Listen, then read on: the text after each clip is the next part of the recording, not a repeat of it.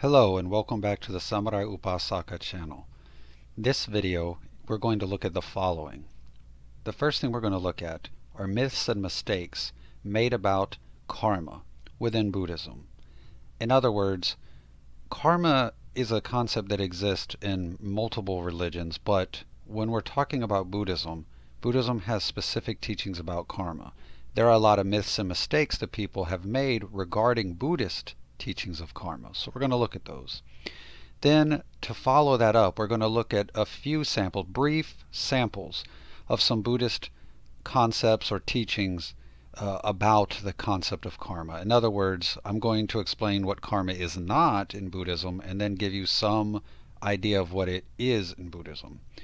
And it's important to understand karma correctly, or correctly within the context of Buddhism, because an incorrect understanding not only misrepresents Buddha Dharma, but it also means that you will not correctly understand any cultural or spiritual teachings, such as some of the samurai ideas and concepts within the particular traditions or samurai culture, because those are based on Buddhist notions of karma. So for example, if you have some New Age concept of karma or some Hindu concept of karma, that's not going to work when trying to read, for example, the Kusunoki teachings or the Tada Genji teachings, because they're based on Buddhist concepts of karma.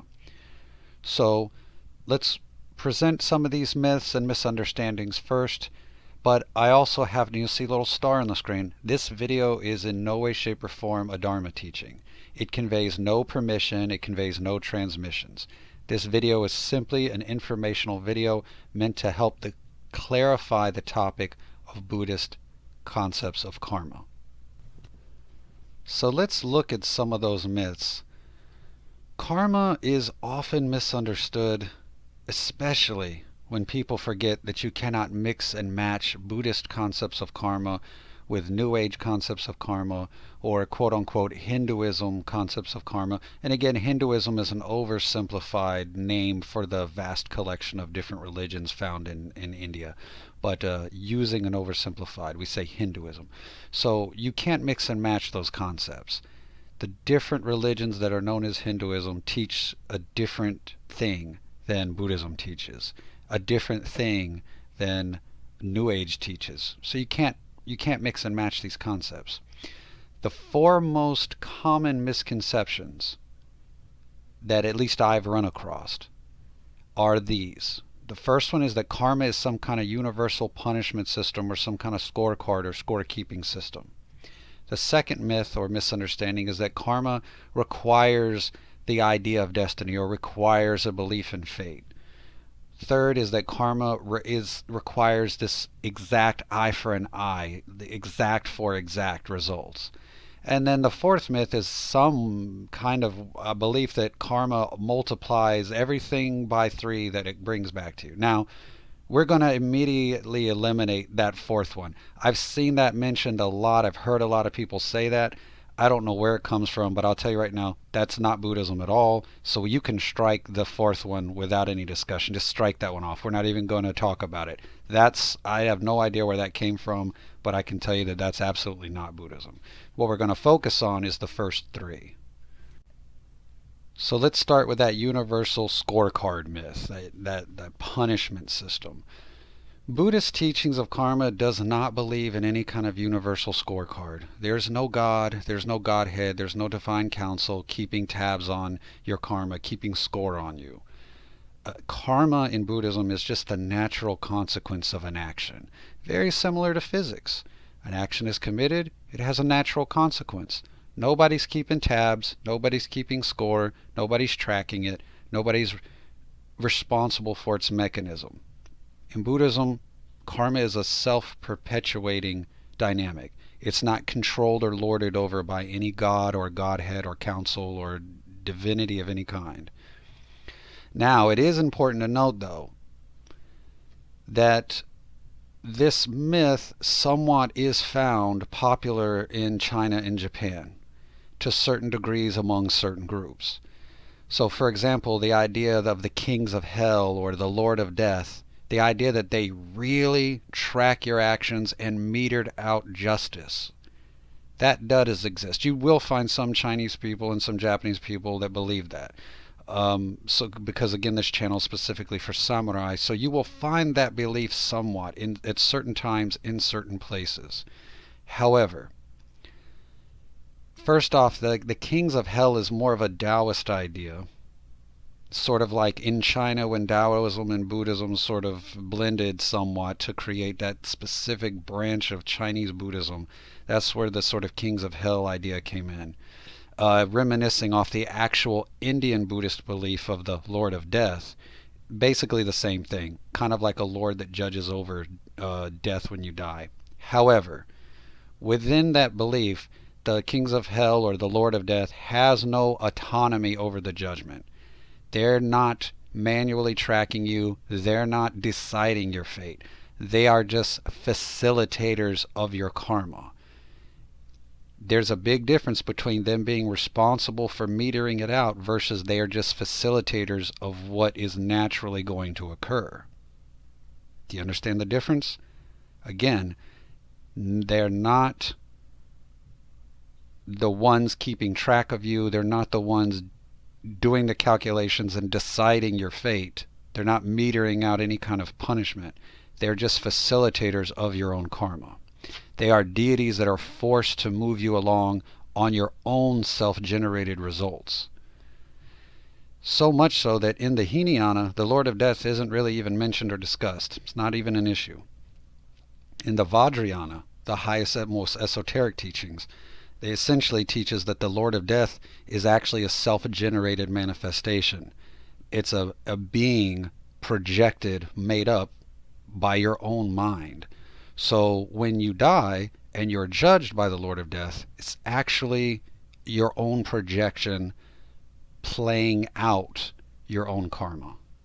So again, at no point is there an external force tracking, judging, and metering out your results. So let this be a key point. Let's bring this back. In Buddhism, there is no external God or gods keeping score on you. Karma is a series of actions and results. It's not a system of punishment. It's a system of natural results and consequences of one's own action. So, in our samurai tradition of Tada and Kusunoki, if you have the book Samurai Traditions of the Tada Genji, you can flip to page 205. And what you want to see is the teaching called Clear Mirror of True Emptiness. That is this same thing as karma. This is what we're talking about here. It's the nature of mind is omniscient and it knows and it tracks all actions and results. It is its own actions, right? Nobody else is tracking or guiding or judging. So again, the clear mirror of true emptiness is essentially the same teaching about karma, meaning that there is no external God or gods tracking any of this. It's your own mind tracking it. Karma is your own self-operated dynamic. It's not a scorecard. It's not a reward and punishment system. It's just simply natural results and consequences. All right, the next myth up on deck is that karma requires fate and destiny. In other words, for the concept of karma to exist, there must be a concept of fate and destiny go hand in hand. It must be the same. Well, that's a myth. That's a misunderstanding. In Buddhism, karma is not fate. Karma is not destiny. In Buddhism, there is no fate. There is no destiny. There's just the result of karma. But karma is not fate. Karma is not destiny. Karma is a complex interweaving system of actions and results of the actions. You can only ever experience the natural result of an action. But you do not have the karma. If you don't have the karma to experience something, no god or demon can ever force it upon you. So karma is in many ways like a math equation. But it's a math equation that can have parts added or subtracted during the any time during the calculation. So at no point is there any kind of destiny or fate. You have karmic results, but the karmic results can again at any time along the equation be changed by the addition or subtraction of new interacting karma. And we'll talk about that a little later, about the different ways karma can interact with each other. But as such, there can be no concept of fate or destiny. Fate and destiny belongs to a type of view called an eternalist view. And those eternalist views do not sync with the Buddhist teaching of karma. So again, let's clarify. Karma does not fate or destiny. It's not saying, well, you did X, therefore it's your destiny now to have this. It doesn't work that way. It's a mathematical equation that at any point in time can be recalculated by a different set of karma or different conditions, etc., etc. There is no fate. There is no destiny. There is just the possibility and then the potential. So let's expound on when I mentioned eternalist view. Let's just take a brief moment to sort of clarify that for those who may not know what this means. So the eternalist view is the view that things have an inherent and real core, a real soul, a real identity, that these real identities, these really existing cores follow a specific path through life. And it believes that everything's core or soul or fundamental identity lasts forever, and it's unique and it's unchanged throughout the three times. Thus, the idea of fate belongs to that view. So fate and destiny and this sort of predestination based on your soul's qualities, that is eternalism, right? So fate and destiny belongs to eternalism, therefore it cannot belong to Buddhism. And then also there's the nihilistic view. And this is that nothing matters, there aren't any patterns, everything randomly appears and without any meaning or pattern, or some variation of this or level of this idea. It believes ultimately that everything has a sort of random start, a hard random start, and that it has an oblivion point. And so also you could argue that fate and destiny belongs to nihilism because they believe here, in this case, fate or destiny is oblivion. Buddhism, however, is what is called the middle path. It's not eternalism and it's not nihilism.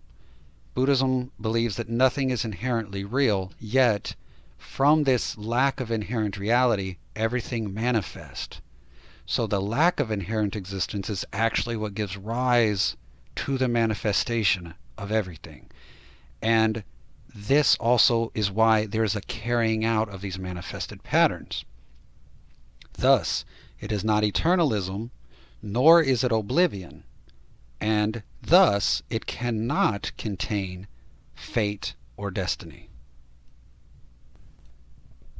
The next myth up on deck is the myth that karma is an eye for an eye, or that karma is tit for tat.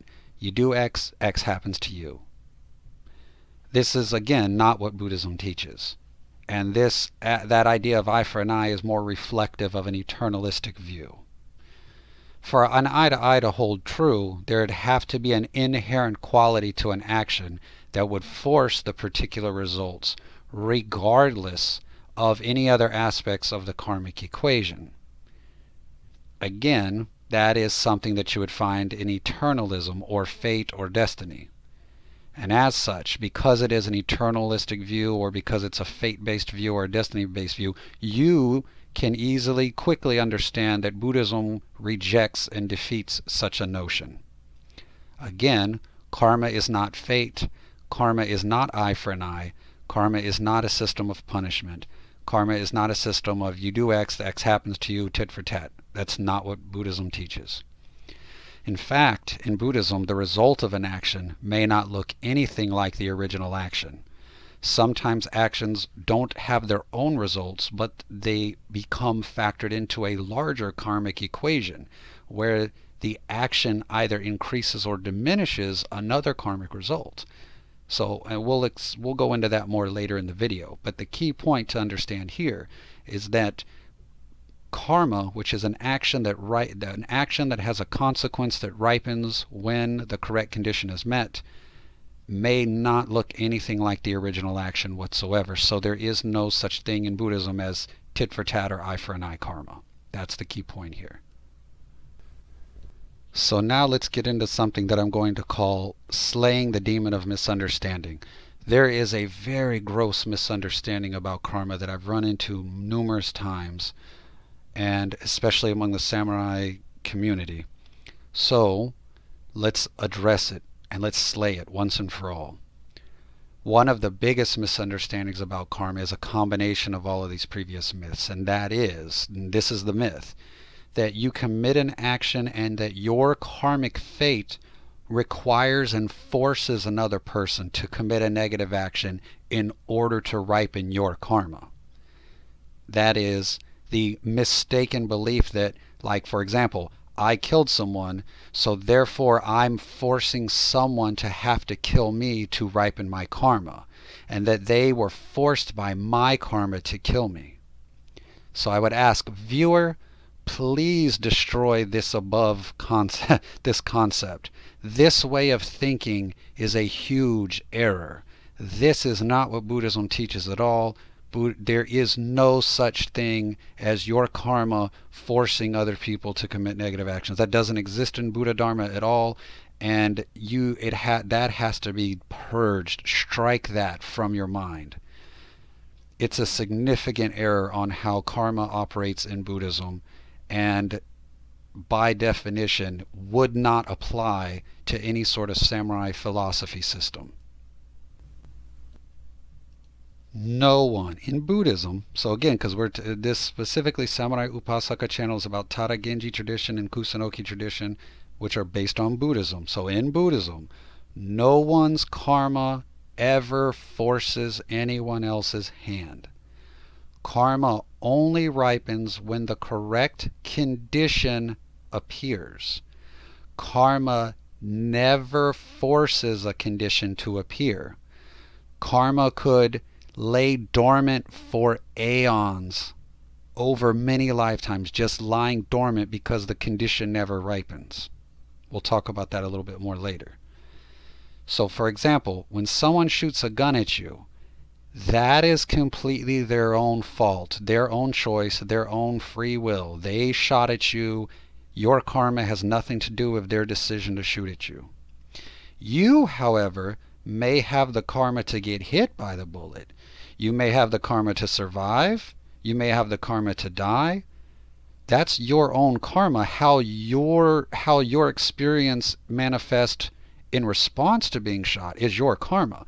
But them shooting you has nothing to do with your karma. Your karma does not make them shoot you in any way. As I said, your karma is only the response or the experience that you have when the condition arises. If you have the karma to die from a gunshot, but nobody ever shoots you, then that karma will just sit dormant. It never forces an outside agent to ripen it. Thus, you cannot say, well, the victim deserved it. It was their karma. You cannot say this. Buddhism does not teach this. Or, I mean, you can say it, but it's not Buddhism. Buddhism doesn't teach that. Buddhism would say that the attacker is 100% at fault for attacking. The person attacked had the karma to suffer from the attack. So while the attacked person does have the karma to suffer from the attack, the attacker is at fault for having attacked. The attack is 100% the fault of the attacker. So within this, there isn't victim blaming, and there is also preventing the using of karma as an excuse to commit horrible actions. Now, some historical figures have tried to use this error to justify their actions, but when they've said this error, that it is not Buddhism. It's their own mistaken way of thinking. Buddhism does not teach that the victim deserved it, or that the attacker is only responding to the karma of the victim. No, that Buddhism does not teach that. That's only spoken by people that don't know what Buddhism actually says about karma. So some points to remember.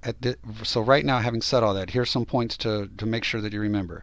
There are types of karma. So karma means action, and it specifically means an intentional action, and the action and its result.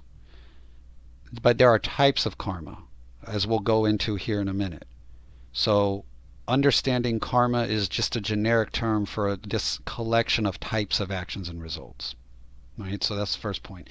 The other point is that while some karma might ripen in a way that puts you in situations where bad things are likely to happen to you, so your karma can ripen and put you in bad situations, but that still doesn't force anyone's hand against you. Your karma can put you in some very dicey situations and some really dicey environments, but it doesn't force anyone's hand against you. So that's a very clear point that you have to understand. Other people are still fully responsible for what they do to you. Karma never forces their hand on you, but karma can put you in dicey situations. So what we're going to look at now, again, this is not a Dharma teaching, this is just an informative presentation. What we're going to look at now is a very basic and fast overview of types of karma. And we're going to look at some examples from Hinayana text and from Mahayana Vajrayana text. Hinayana focusing more on a mechanical explanation, whereas the Mahayana Vajrayana focuses more on an application explanation. So at this time, before we start, I need to clarify these 2 points, and also we're going to just clarify Hinayana and Mahayana over on the next slide. So the first point, before we go forward and look at these examples. 1. Karma is a relative teaching, meaning it's a teaching about the relative world. It's a teaching about a relative samsaric phenomenon. It's not a teaching about nirvana or enlightenment or Buddhahood. Karma is a samsaric thing. Thus, karma is a relative reality, not ultimate reality.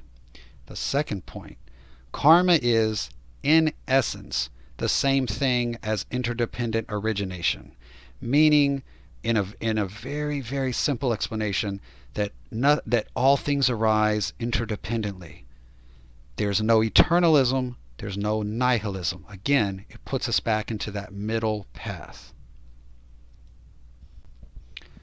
And as I said, we're going to just real quickly go over this. So on the left, you're going to see like orange with some blue, and then it becomes just blue, and then the blue is connecting with red, and there's like a place where the red is surrounding. You'll see basically it's a spectrum, and you can see how some parts are solid in where they're at, and then some parts overlap. And so essentially, the orange is basically the Hinayana. Right? This is the path of arhats and solitary realizers, pratyeka Buddhas. They focus mostly on themselves, the self, and the mechanical aspects of mind and karma. They focus a lot on levels of mental concentration, things like that. Their goal is to achieve the level of an arhat and to achieve liberation. And liberation means not being reborn in samsara. It is not becoming a Buddha. It is not becoming enlightened. And then the blue is the Mahayana, or the path of the Bodhisattvas. They focus on self and other. They're more about application than mechanics. It's very deep and complex views of the nature of mind and phenomenon. I will just say like Nagarjuna and Chandrakirti's writings will bend your mind in ways you didn't even know it could be bent. So in here, they aim for the Bodhisattva levels. There's levels of being a bodhisattva, so they're aiming to reach those levels and progress on those levels, and with the ultimate goal of Buddhahood or enlightenment. Then in that purple area, you have Mahayana with esoteric rituals. So this is where you begin to see esoteric initiations and rituals, but it's still within the realm of Mahayana. Then in the red, you have the actual Vajrayana, which is esoteric rituals, initiations, ceremonies, very complex views, and very complex approaches to the nature of mind and the nature of phenomenon. So each one of these steps, if you will, focuses on a particular different aspect.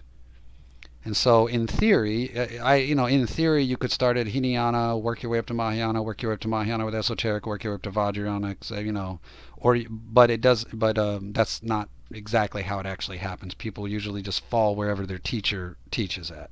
So major world schools, the Theravada usually lies somewhere in a Mahayana Hinayana mixture. Even though Theravada is usually just called Hinayana, they aren't strict Hinayana. They have some aspects of Mahayana in there, but for the most part, we still put them in the orange because for the most part, that's how they're lined up. Zen is Mahayana Buddhism.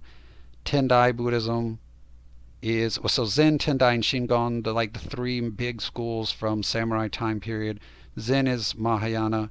Tendai is Mahayana with some esoteric rituals, and then Shingo is Vajrayana. So it's right there at that cusp, that purple and red cusp, because Shingon is not the highest Vajrayana, but it is definitely the jump from Mahayana with esoteric into Vajrayana. So therefore, the reason I have this is so that you can sort of get an idea of where at time periods where certain, so if samurai traditions are based around Tendai and Shingon, they're going to be more esoteric. If they're based more around Zen, they're going to be more sort of standard Mahayana, etc., etc. Okay, for those who are still watching the video, we will get into some examples. So Hinayana, teachings of the solitary realizers, as I explained earlier. This is coming from Abhidharma materials, especially those Abhidharma compendiums. So karma is basically understood to be a volitional action, an action specifically taken. And when we get to the Mahayana part, this is expanded a little bit more. It's a self-subsistent operation. It emphasizes on the mind state that arises with the ripening of the karma. So there's a mechanical sort of tracking of what caused the karma and how the karma mechanically works, and then what kind of state it mechanically produces. So we have four main types of karma within this at this point in time of teaching. So productive karma, volitional actions which produce a resultant mental state or a material state, so an emotion or a physical event, from the moment of rebirth link, or from the moment of basically sort of dying and being reborn, or during one's own life. So it's important when the Hinayana, this rebirth link is an important concept because they base a lot of their mechanical stuff at the idea of being born, dying, and being reborn, and a lot of the karmic stuff is centered around that being sort of the hub of which karma is timed out. The karma is paced. So essentially, productive karma is what most people think of when they think of karma. You commit an action and it gives a result, anywhere from anything related to being reborn or something happening in your lifetime. So that's productive karma. However, notice there's three other types of karma. So then we have supportive karma. And that is a karma that does not have enough power or force or conditions to ripen its own result. So therefore, it ends up supporting a stronger karma ripening, or supporting an already ripening karma. So it is a support, extend, reinforce. So again, supportive karma, that is a karma that's not strong enough to sort of have its own equation play out. It usually attaches on to, for example, a productive karma. So a supportive karma will reinforce a productive karma. Obstructive karma. Now that's the same as supportive, but it's the opposite. It obstructs, it weakens rather than supporting or extending. So that's usually a bad thing, but there are some times when it could be good. So for example, if you're going to be reborn in hell and a karma actually obstructs that rebirth in hell, well, that's actually a good thing. So sometimes good karma can be obstructive karma to something bad happening to you. Sometimes. And then finally we have destructive karma. And that is a karma that supplants a weaker karma. It prevents it from ripening, and it usually will replace the original karma's ripening. So in so many ways, it can cut off but also can cut off and replace a karma. So say there's a productive karma that's going to ripen of its own power. It's a very strong karma, and then a destructive karma comes through and it just severs it and replaces it. So these are the four basic types of karma. So the key difference between a producing karma and a destructive karma is that a producing karma ripens its result without severing or obstructing any other karma. It's from its start, it's very powerful and it ripens from its own momentum. A destructive karma always is the karma which cuts off another karma and takes over the equation. So that's they both play out. In other words, both of these karmas, so producing karma and destructive karma, ripen of their own momentum, whereas supportive and obstructing don't ripen of their own momentum. They either support or obstruct another karma. But producing karma and destructive karma, the difference is destructive karma is one that has hijacked and taken over another karma's sort of momentum. So destructive karma, like I said, sometimes destructive karma is also within that category, is karma that cuts off another karma at the cost of its own self, meaning that so karma 1, the productive karma, is destroyed by karma 2, which is the destructive karma, and destructive karma also destroyed itself. So both karma 1 and karma 2 are gone, and it leaves the space open for karma 3, something else, to step in and ripen in that space. So this explanation hopefully shows you, the viewer, that these are classic examples of how a single action cannot be destined to a specific result. So that myth of tit for tat or eye for an eye, you can see how in Buddhism how that can't exist because of these four types of karma. So let's do one more example before we move on. An intentional killing karma, so a karma from having intentionally killed someone, may not ripen as a producing karma. It may end up as a supporting karma, or as an obstructive karma, or as a destructive karma. And thus the actual result may look very different from the original action. And I told you earlier in the video that I would explain this, so here it is. Buddhist teaching of karma is not tit for tat or eye for an eye or you kill, you will be killed. That's not what Buddhism teaches. Because of the way that these four karmas happen, the original action may look very different from the result. Let's keep it going. Let's talk about the order of ripening. Now remember, in the Hinayana, again, they use that rebirth link as sort of the fundamental point, so we'll reword this a little bit. Basically, the order of the ripening, so heavy karma takes effect first. That's kind of like those productive karmas. It's a very powerful karma that cannot really be replaced or affected by the other karmas, right? So heavy karma that can't really be destructed by other karma or obstacled by other karma and doesn't really need any supportive karma because it's so heavy. That kind of karma always takes effect first. Like that's the stuff that primarily takes effect. Usually this is these kind of karmas are taught as like the attainment of wisdoms in a positive way, or the 5 heinous crimes within a negative way. These kind of karmas are heavy and just really once they get started there's really nothing that stops them. Then you have what's called the death proximate karma. Now this one comes second on the list in regard to dying and rebirth. Otherwise, you would skip to the next one. But we're going to put it in here because in terms of power, this is a very powerful karma too. Death proximate karma, this is karma performed near one's death. And it usually has the biggest impact upon that rebirth link. So, or the rebirth process. If there's no heavy karma ripening at that time of death, then the death proximate karma is going to be the karma that sort of takes lead for that rebirth link or that rebirth process. Then the third type of the third order of ripening, or the next sort of the next one, is habitual karma. Now this is the kind of karma that most people are used to hearing about.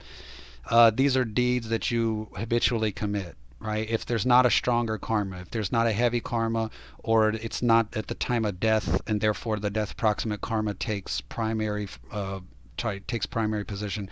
Just in normal everyday life, it's the habitual karma is, if there's not a stronger karma like a heavy karma, then it is you're under the sort of power of the habitual karma. And then lastly, the last order to ripen, or the weakest, is reserve karma. And that is, reserve karma is any karma that's small karma, for metaphorically speaking, small karma that sort of just sits in reserve for when none of these other three are happening. So there's no heavy karma, there's no death proximate karma, there's no habitual karma. Okay, there may be little karmic traces just sort of that have just been sitting there, could ripen. All right, next let's take a brief look at timing. You have immediate karma, subsequent karma, indefinite karma, and defunct karma. Now, in the Hinayana, they say it's immediate karma specifically refers to karma that ripens immediately in the same lifetime, and in subsequent karma is karma that ripens in the next lifetime. In the Mahayana, immediate karma is karma that immediately in the same lifetime, but it also refers to karma which would control that rebirth into the next life. So in between immediate and subsequent, because so immediate would be this lifetime, and then there would be the next lifetime, and then because the Mahayana and Vajrayana talk about what happens in between lifetimes, immediate karma all in the Mahayana also covers this lifetime and in between this lifetime and the next lifetime. So immediate, subsequent. Then you have indefinite karma, which is this is the kind of karma that people are used to hearing about. It's just karma that ripens whenever, right? So once you get past immediate karma and subsequent karma, any karma that would ripen just whenever after those potential points is indefinite karma. And then the fourth time of timing is defunct karma, or we'll use the English word defunct. So karma that was set to ripen, but for whatever reason it never ripened. And usually this category is used for karma that just never crosses the correct condition, and karma that is cleansed or purified due to wisdom and awakening. So for example, the karma of arhat. So if anyone who teaches the arhat's level, any karma that they may have still had is defunct then, right? Because they're not being reborn in samsara. So it's never going to ripen. Or bodhisattvas and buddhas, as they mature their realization, certain karma is just purified, cleansed, defunct. So in the Hinayana, they really consider it as defunct karma. But then within you get into like Mahayana, you could also consider it karma that gets purified, or like defunct karma or purified karma. It's karma that never ends up ripening because of something, means it never ends up ripening. It's purified, it's cleansed, etc., etc. Okay, now that we've been talking from the Hinayana mechanical perspective, and again, it was a very brief overview. If you actually are Buddhist and you actually study the Abhidharma, it's far more complicated than that. That's just the briefest, simplest of overviews. Let's now look at a very brief and simple look at some additional Mahayana Vajrayana aspects of karma. So when we get into the Mahayana Vajrayana, one of the key factors that comes up a lot is the four requirements. So remember, when we're talking about karma, it's considered a volitional action. So then Mahayana expounds on that a little bit and says that this volitional is four requirements. There is the basis, and that means you know and you are aware of what you're doing. And then there's the intention, and you intend and mean to do the action. And then there's the execution, which is the actual committing of the action. And then there's the completion of the action, which means that whatever you meant to do successfully happened, right? All four must be present for the action to be fully complete. There is some measure of karma generated at each level. So at the level of basis, there's a certain amount of karma. The intention is a certain amount of karma. Execution is a certain amount of karma. And completion means complete karma, right? It's fully completed at its maximum weight if all four are in place. So for example, say the basis is you are aware that you're going to kill a human being, and your intention is that you fully intend to kill this human being. So basis and intention are there. They're present. You want to kill this person. You're aware that you're going to kill this person. You know exactly what you're doing, and you fully intend to do it. And then there's the execution. So you shoot the gun. You aim it at the guy. You pull the trigger. And then completion is they die. Okay. When all four of those are in place, the action is at its complete. It's considered fully complete, full maximum weight. Everything is there for the action to be at its full weight, its full karmic weight. So for this reason, of course, you can see why accidents have different karma, right? So say you shoot a gun, but you had no intention of killing anybody. You did it. You were unaware that there was a person over there. You had no intention of killing somebody. Well, you shot a gun. You thought you were safely shooting a gun, but it turns out there's a person over there. That's an accident. And an accident has different karma because you were not aware of killing the person and you had no intention. See, 2 of those 4 were missing. So it's different karma. And then also, for example, if the person doesn't die, then it will be different karma. So say you intended to kill a person and you knew that you were going to kill a person. You shot them, but they didn't die. Well, it's a different karma. It's a different weight. It's a different result because the karma is different. Not all 4 were complete. So let's expand upon that a little further. You have something called the fully ripened effect. And that is the aspect where we are talking about the emotion of your mind when committing the action plays into the karmic equation. So for example, traditionally speaking, they say committing a negative action with a hateful mind brings about rebirth in the hell realm. So not only does the action itself have its own karmic weight, but factoring into that equation, factoring into that weight, is the emotion of your mind at the time. So that emotion plays into that volition or that intention. Furthermore, the strength of that emotional impulse and the length of time of that impulse and the accumulation of repeated actions under the power of that impulse further plays into the equation as well. So strong and long-held anger with an amassing of actions conducted under the power of such anger builds karmic results for rebirth in the hell realms, for example. Desires. So like anger would be the hell realm, desire would be preta realms, things like that. The 6 realms corresponding to the different emotions, etc., etc. Then you have something called the effect similar to the cause. And that is, even when you're released from a life in a lower realm, so say you went to the hell realm because of a series of karma ripening, but now you're released from the hell realms, you're a human again. But even when released from the life in the lower realm, the habituation of those actions still lingers within your human experience. We continue to experience the effect similar to the cause, meaning there's a stacking or an accumulation of related cause and effects. So we don't, this is the nature of samsara. Samsara is a repeating circle, a repeating cycle. So as you commit actions, they produce effects which again are similar to the cause, and then that will almost assuredly, as we'll get into another slide, then that tends to push you to commit the action again and psychically repeat the same thing over and over again.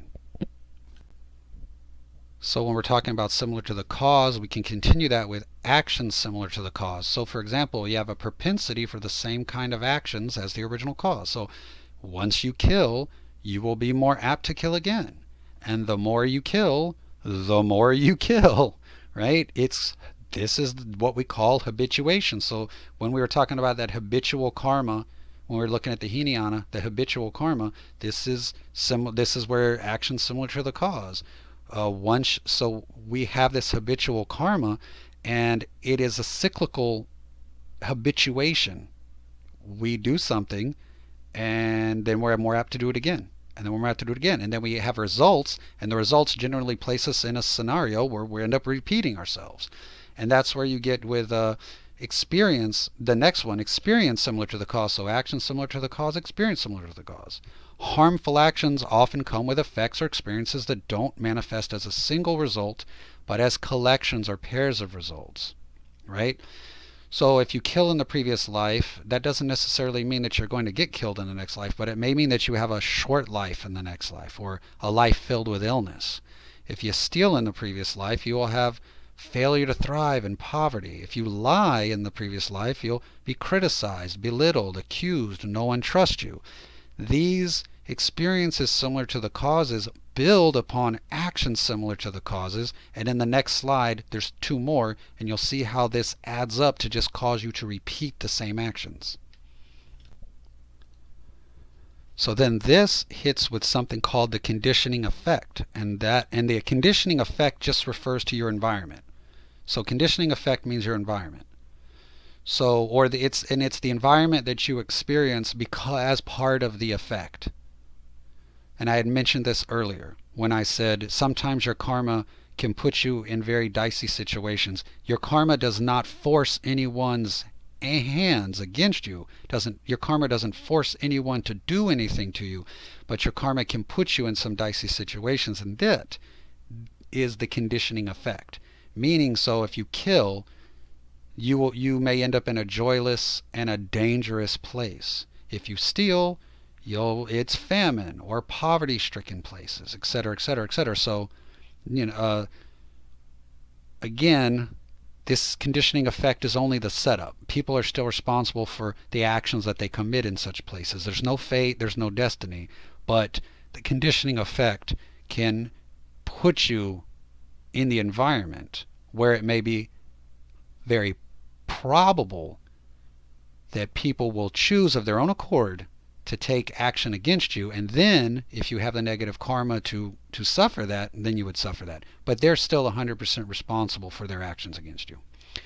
And then lastly, you have the ripening effect, which ultimately is where this all leads to. And I said earlier, we repeat our actions. That's the habituation and the repeat of action.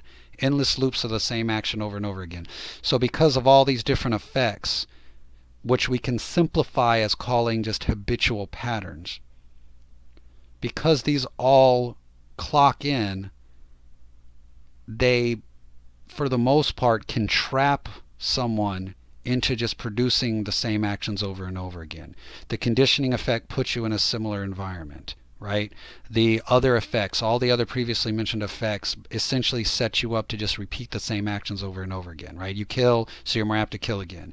And then if you kill, you have certain things, so certain scenarios happen to you which may apt you to kill again. And if you kill, you have a conditioning effect of being in an environment which will probably be very ripening for you to kill again, etc., etc., etc.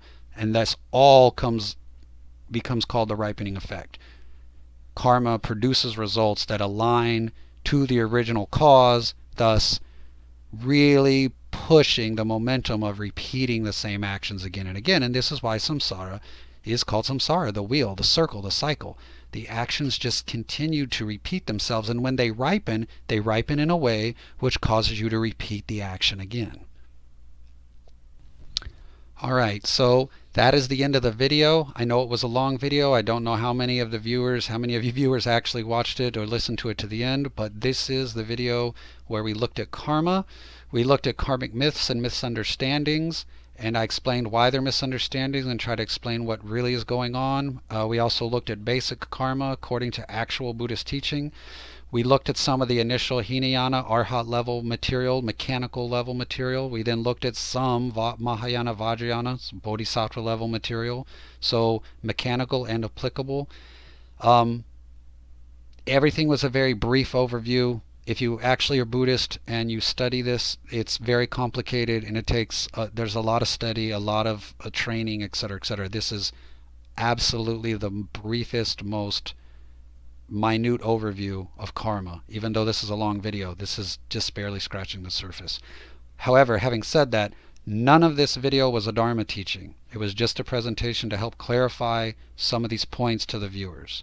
It was brief and by no means complete, but hopefully, if you have watched this video all the way through to the end, you have a better idea of what karma actually is in Buddhism, and as this is the Samurai Upasaka channel, you not only have a better idea of what karma is within Buddhism, but you would have a better idea of how karma is to be understood within at least the Tara Genji and the Kusunoki traditions.